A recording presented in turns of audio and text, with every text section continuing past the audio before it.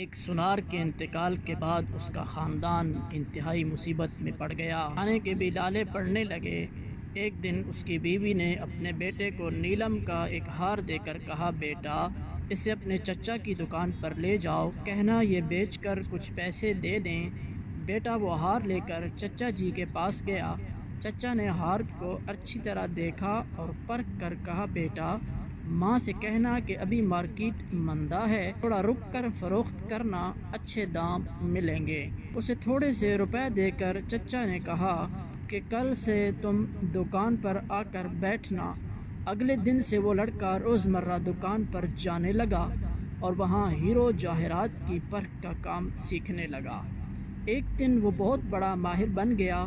لوگ دور دور سے جوک در جوک اپنے ہیروں اور جواہرات کی پرکھ کرانے اس کے پاس آنے لگے۔ ایک دن اس کے چچا نے کہا کہ بیٹا ہار ذرا لے آؤ اور اپنی ماں سے کہنا کہ وہ ہار دے دو، ابھی مارکیٹ اچھی چل رہی ہے، یعنی مارکیٹ میں بہت تیزی ہے، اس کے اچھے دام مل جائیں گے۔ ماں سے ہار لے کر جب اس لڑکے نے دیکھا، اس لڑکے نے جب ہار کو پرکھا تو وہ تو جعلی تھا اور اسے وہ گھر پر ہی چھوڑ کر دکان لوٹ آیا۔ چچا نے پوچھا کہ ہار نہیں لائے؟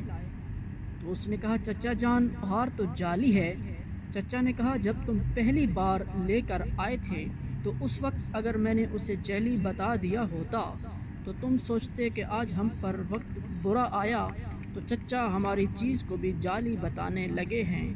آج جب تمہیں خود علم ہو گیا تو پتہ چل گیا کہ ہار نقلی ہے۔ دی نائس ورلڈ کے معزز ناظرین کرام، سچ یہ ہے کہ علم کے بغیر اس دنیا میں ہم جو بھی دیکھتے ہیں، سوچتے ہیں اور جانتے ہیں وہ سب غلط ہے، اور ایسی ہی غلط فہمی کا شکار ہو کر رشتے بگڑ جاتے ہیں۔ ذرا سی رنجش پر نہ چھوڑ کسی بھی اپنے کا دامن، زندگی گزر جاتی ہے اپنوں کو اپنا بنانے میں۔ امید کرتے ہیں کہ آپ احباب کو ہماری آج کی ویڈیو پسند آئی ہوگی۔